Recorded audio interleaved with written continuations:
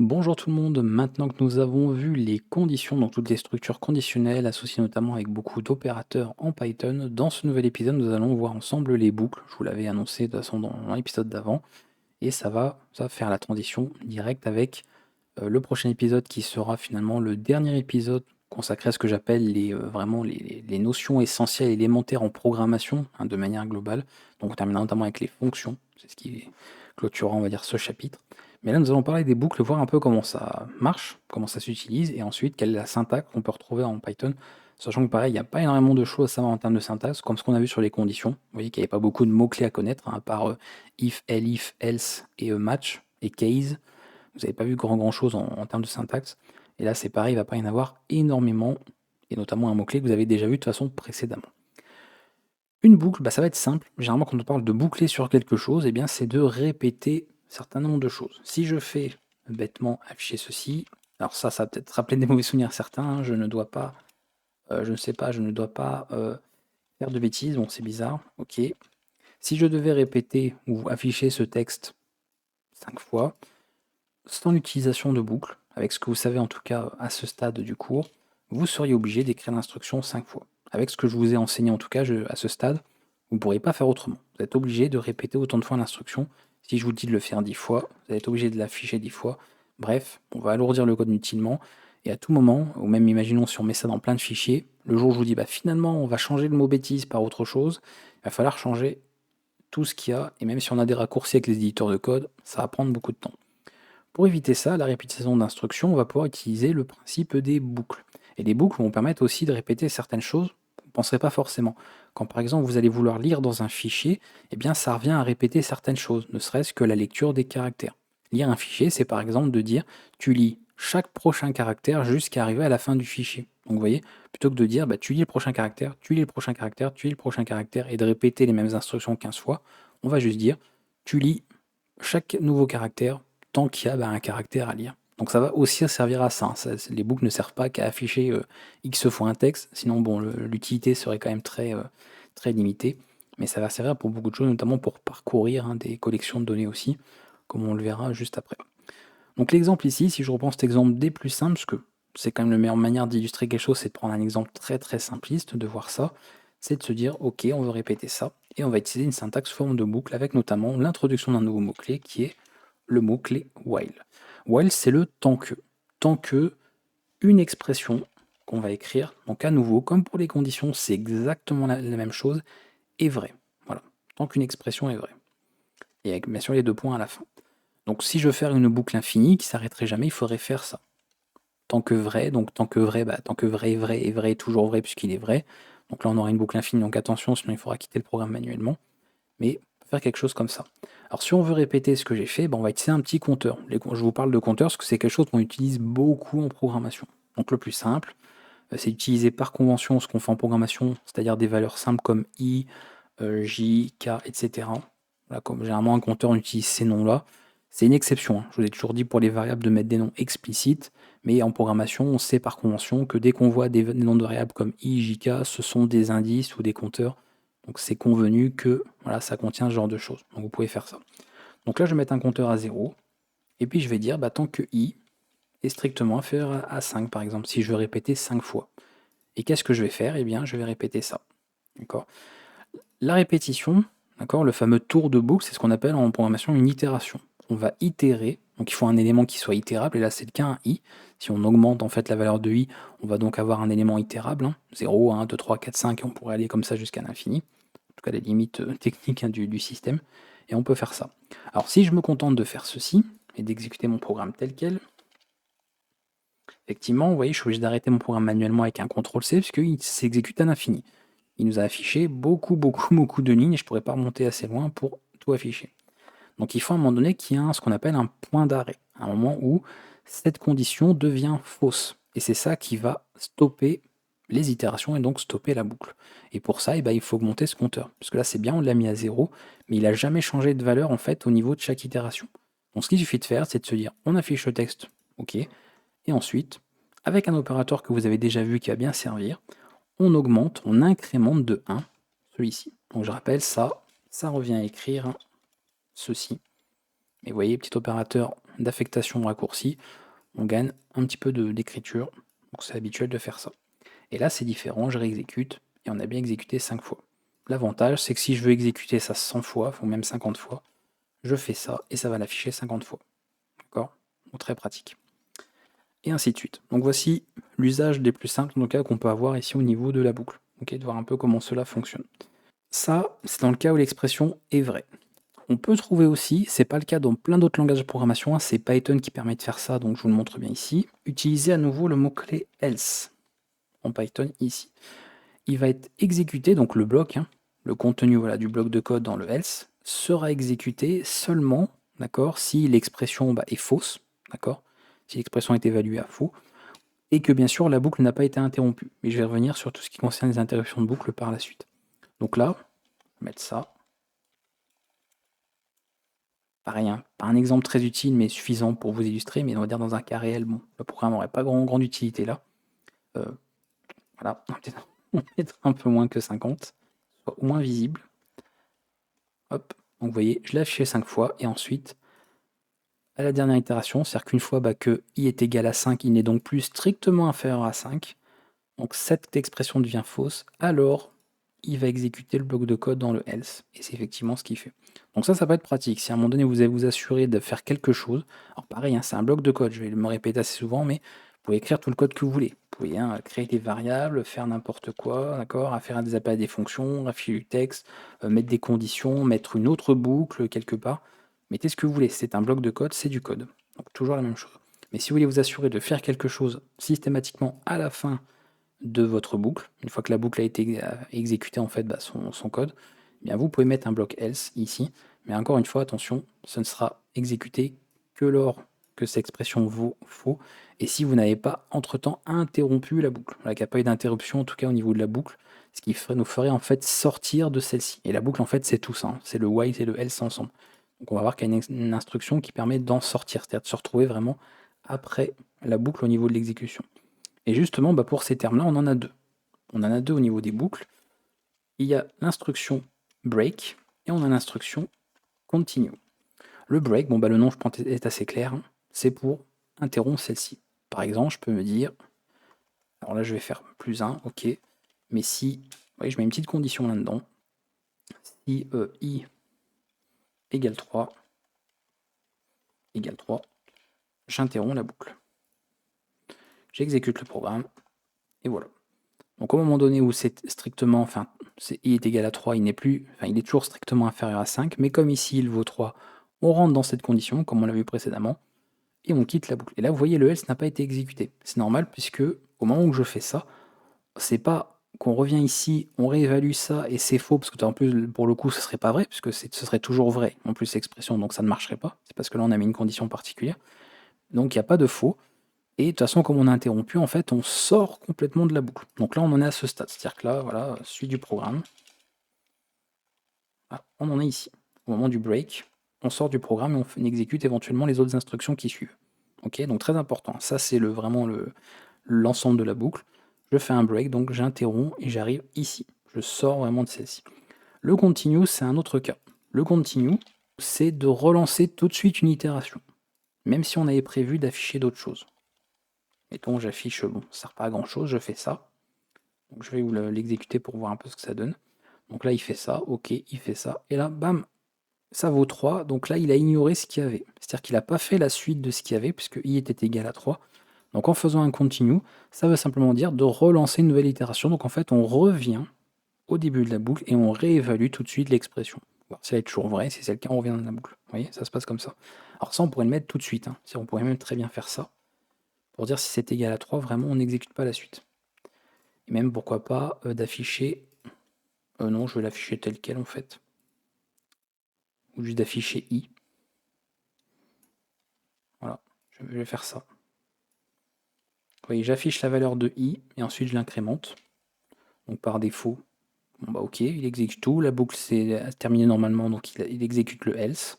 Ensuite, la suite du programme, voilà, on ne plus besoin. Okay. Mais par contre, là, je fais ça, c'est égal à 3, on relance tout de suite une itération, donc ce qui va être après est ignoré. Et là, vous voyez, 0, 1, 2. Donc là, c'est pas bon. Et le problème, là, pourquoi en fait ça reste ici? Parce que je n'ai pas mis l'incrémentation.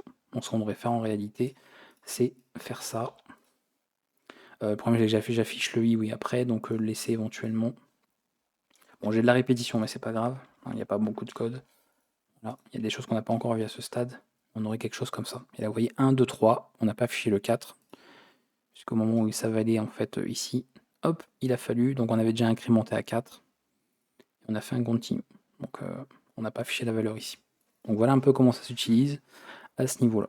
Donc ça, voilà. Le while, vous voyez un peu comment il fonctionne au niveau de Python, très simplement. On peut répéter certaines instructions. Ça a beaucoup d'utilité pour beaucoup de cas ici, pour faire certaines vérifications, pour répéter des instructions tant qu'une condition est vraie. Donc on peut s'en servir. Faire tourner par exemple un jeu, hein, de dire voilà, tant que le jeu est lancé, eh bien, on traite les éléments, on fait le rendu de l'image, donc le rendu 2D, etc. On gère les événements, un clavier souris, comme justement j'avais fait un petit exemple de code là, dans l'épisode précédent, et ainsi de suite, jusqu'à quitter le programme. Donc on pourrait parfaitement utiliser ça. Voilà. Donc souvent d'ailleurs, une boucle, encore une fois, une boucle infinie, donc while true. Et ensuite on a généralement quelque chose qui fait, voilà, si on quitte le programme, et bien on fait un break, ou alors on passe carrément par l'autodocumentation, on fait ça tant que le jeu est lancé, et sinon dès qu'on veut quitter le jeu, on passe le booléen à faux, et donc forcément la boucle s'arrête, puisqu'ici GameLaunch change de valeur, donc il n'est plus vrai, donc l'expression n'est plus valide. Donc ça c'est la fameuse boucle, boucle de jeu qu'on retrouve généralement dans les jeux vidéo, dans beaucoup de choses, donc ça fonctionne très bien. Ok pour cette syntaxe. Passons à un autre cas, même si je ne vais pas trop entrer en détail, puisque c'est une syntaxe qu'on va voir plus en avant sur d'autres vidéos. Il y a des choses qu'on n'a pas encore vues à ce stade du cours, donc je ne peux pas rentrer très très loin dans le vif du sujet, mais il faut l'aborder quand même, puisque c'est la vidéo sur les boucles ici, cet épisode-là. C'est pour pouvoir notamment itérer sur les éléments d'une séquence. Donc une séquence a une chaîne de caractères, une liste, un NuPlay, notamment une portée de données, plusieurs valeurs, etc., comme on le verra plus tard. Donc ce genre de choses. On peut utiliser une autre syntaxe qui est le for. Ça, j'insiste là-dessus, parce que si vous programmez justement dans d'autres langages de programmation, ce type de syntaxe a une autre utilité, elle fonctionne autrement. Python, c'est vraiment un cas particulier. Donc pour les boucles classiques, c'est while, donc au moins il n'y a pas de questions à se poser. Vous avez une syntaxe, et pour faire du parcours, donc séquentiel notamment, pour itérer sur des éléments d'une séquence, on utilise cette syntaxe-là. Justement, élément de séquence, on en a un. Par exemple, je vais mettre ceci, Word. C'est une chaîne de caractères, même si on n'a pas fait encore de vidéo, on n'a pas encore abordé ensemble les chaînes de caractères en détail, mais c'est une séquence de caractères. Donc je peux très bien dire, pour chaque lettre dans, donc vous voyez, opérateur d'appartenance dans le mot, eh bien tu affiches la lettre. Et si j'exécute, c'est effectivement ce qui se passe. Comment que ça se passe concrètement? Ce qu'il va faire ici. En fait, on va tout simplement créer, alors là, vous voyez, j'ai mis letter, j'aurais pu appeler ça n'importe comment. Encore une fois, c'est une variable temporaire, c'est comme quand on crée des petites variables là, dans le filtrage avec match dans l'épisode précédent. Vous mettez le nom que vous voulez. Et ici, en fait, ce qui va se passer, c'est qu'on a notre séquence ici qui est évaluée, et il va ensuite, pour chacun des éléments qu'il peut prendre de la séquence, le stocker temporairement dans cette variable, qui va exister par contre que dans cette boucle. Donc on n'est pas en train de modifier l'élément lui-même. C'est-à-dire pour ça qu'il faudra éviter de faire de la modification dans une boucle for, ou alors utiliser des indices, comme je vais vous le montrer peut-être un peu après. Donc là, on est dans de la lecture principalement. On récupère les choses de manière des valeurs temporaires, pas temporelles. Et par contre, après, on peut faire de l'affichage, on peut vérifier avec des conditions, bref. On peut faire tout un tas de choses si on veut. Donc ça peut être dans plein de choses. Voilà, on pourrait même pas obligé de passer par une variable, encore une fois. On pourrait faire ça comme ça. Ça marche aussi. Si j'ai pas mal d'objets, si encore une fois, on n'a pas vu les listes, mais bon, ce stade, il n'y a pas besoin de grand chose. Voilà, je fais ceci. Et pour chaque élément, la liste est une séquence, donc ça fonctionne. Il va me lister chaque élément. Ok, pour les récupérer ici, on peut les afficher. Et pourquoi pas faire des tests dessus, faire des vérifications, des conditions, les mettre dans des boucles, bref, on peut faire tout un tas de calculs différents. Donc on peut travailler de manières différentes. Si vraiment vous voulez modifier quelque chose, même si on le verra en détail, on utiliserait les indices. Par exemple, on pourrait très bien se dire, alors ça, je sais pas si c'est forcément bien de vous le montrer à ce stade, parce qu'on n'est pas, bon, c'est pas quelque chose qu'on a vu forcément ici, qu'on le verra plus tard en tout cas. Mais c'est vrai qu'on pourrait afficher, on pourrait modifier des éléments ici en accédant à l'indice de la liste. Mais on le verra de toute façon sur la vidéo dédiée, donc je ne veux pas trop vous embrouiller avec ça à ce stade. Donc je ne vous montre pas grand chose avec ce type de boucle là à ce stade, mais on va voir ça quand ce sera le moment venu, donc vous inquiétez pas, c'est normal si tout n'a pas été abordé ici. Donc on verra un petit peu tout ça. On peut aussi utiliser le else dans une boucle for, notamment, justement, ici, voilà, mettre un else, quand on va donc vérifier, par exemple, alors, mettre les valeurs ici. Attention, message très, très utile dans le S, là. Voilà. Donc vous voyez, on traite le cas, on n'a pas eu de coupure, etc. Donc on exécute à la fin ce qu'il y a. Donc vous connaissez, hein, de toute façon on l'a vu pour le while, vous avez vu le principe, il n'y a pas de souci, mais sachez que vous pouvez l'utiliser aussi pour ce type de boucle, hein, ça fonctionne très très bien, il n'y a pas de problème. Par exemple pour indiquer voilà, un traitement à faire à la fin de l'itération, de l'ensemble d'itérations que vous avez fait sur une séquence, on peut très bien l'utiliser de cette manière. Alors justement, ce qu'on peut faire aussi, ça permettra d'introduire un petit peu le type range notamment, exemple, qui en plus servira plus tard quand on le verra pour les listes. On pourrait très bien faire ceci. Donc dire pour voilà, un élément qui sera stocké de manière temporaire dans une rangée, donc dans un ensemble d'éléments, alors pas l'ensemble mathématique, mais l'ensemble de valeurs de 1 à 10. Voilà, je peux afficher i. Comme ça on retrouve ces différentes valeurs là. Vous voyez, donc toujours exclu la valeur pour range. Et ça c'est un type de données particulier aussi qu'on aura l'occasion d'aborder, que je vous avais montré notamment sur le tableau des types. Si vous avez souligné le tableau des types de données, vous avez montré. Puis pour ceux qui ont les notes de cours, vous avez ça dans votre PDF. Vous avez tout ça qui était indiqué en détail. Donc on pourra l'utiliser. On se servira notamment de ça, par exemple, pour accéder aux indices d'une liste. C'est-à-dire si plus tard on veut dans une liste modifier un élément, dans une boucle for, eh bien on passera par l'utilisation de range justement, pour obtenir les indices de la liste. Et après, une fois qu'on a accès aux éléments par leur indice, évidemment, comme on a véritablement accès aux éléments existants et pas à des copies de ces éléments, on pourra faire des modifications dessus, donc il n'y aura pas de problème. Mais sinon, considérez, en tout cas, à ce stade, par rapport à ce que vous connaissez, de ne pas faire d'opération de modification de ce que vous êtes en train d'itérer. Si vous êtes en train, par exemple, d'itérer ici sur, voilà, ici ce thème, ce truc-là, Word, comme ceci. Ok. Là, on est sur de l'affichage, c'est de la lecture, pas de problème. Maintenant, si vous commencez, déjà à modifier les choses comme ça, bizarre de mettre ça, comme ceci. Bien que je vous montre un petit peu, hein. Pas aller trop vite, on va vous montrer quand même ce qu'on a fait. Voilà. Parce que sachez que des gens si on va se tromper. Voilà, vous voyez. Pas que vous pensiez que en faisant ça, je suis en train de dire pour chaque caractère du mot, je remplace chaque caractère par O, donc on pourrait s'attendre à ce que on a modifié tout ça par des O. Non, puisqu'en fait ici vous avez des copies. Ce sont en fait des variables copiées, cette variable n'existe que dans la portée de la boucle. Donc on n'a pas touché en fait à cette variable Word. Ok. Donc si on voulait le modifier, il faudrait créer une copie de celle-ci, et ensuite modifier là, ou même créer une nouvelle chaîne. Et par exemple, de renvoyer ensuite, de travailler sur une nouvelle chaîne de caractères, ou travailler sur une nouvelle liste, tout ce genre de choses. Ou accéder à des indices, comme je vous l'ai dit. Mais c'est des choses qu'on verra encore une fois en détail. Donc je voulais terminer en tout cas cet épisode là-dessus, sur le fait que d'utiliser ici de la lecture, pour l'affichage principalement, et de ne pas faire de la modification ou de l'écriture, parce que vous allez travailler sur des données temporaires, donc il ne se produira certainement pas ce à quoi vous vous attendiez. Donc attention de ne pas vous faire avoir là-dessus. En tout cas, on a fait le tour de ce que je voulais montrer. Vous voyez que c'était assez court, contrairement à ce qu'on avait vu dans la séance précédente, mais c'est normal. Il y a beaucoup d'usages qu'on verra, comme je vous l'ai dit, de parcours avec ce type de boucle. Quand on abordera plus en détail les listes, les dictionnaires, même les chaînes de caractères, vous allez avoir des vidéos dédiées sur ces types de données-là en particulier. J'en parle assez souvent. Ils vont avoir chacune leur vidéo dédiée. Et donc on abordera ça, comment afficher les éléments d'une liste en détail, comment les modifier, comment faire ce genre de choses. Donc on reverra tout ça en détail, on aura des petits rappels et on ira un peu plus loin avec l'utilisation de ce type de boucle. En tout cas, vous savez un peu à quoi ça ressemble dans les grandes lignes, et au moins en ce qui concerne la boucle while, et de nouveaux mots-clés qu'on introduit comme break, continue, et le fameux else des conditions qu'on retrouve aussi pour les boucles.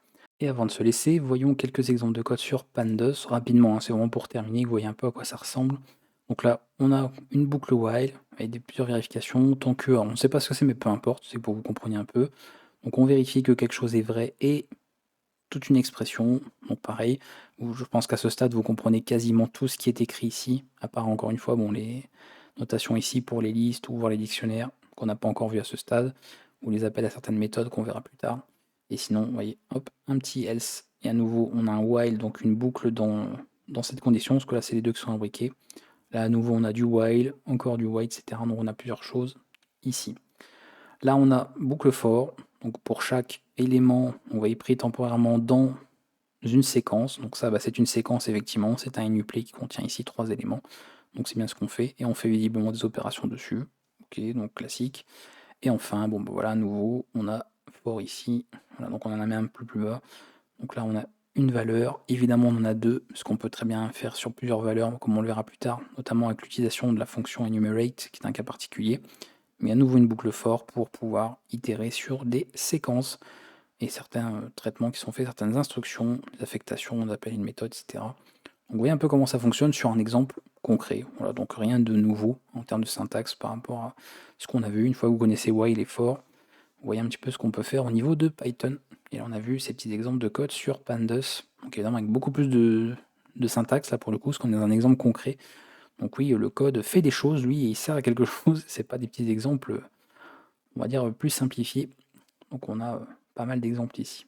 Si vous avez des questions, si vous êtes bloqué sur quelque chose, comme d'habitude, n'hésitez pas. Les exercices sont toujours et encore disponibles, comme à chaque fois. Donc n'hésitez pas à vous en servir, à faire vos propres programmes, à partager, à liker, à mettre des commentaires. Mais si vous avez quelque chose, bien sûr, à dire ou alors des questions à poser, pas juste commenter pour commenter.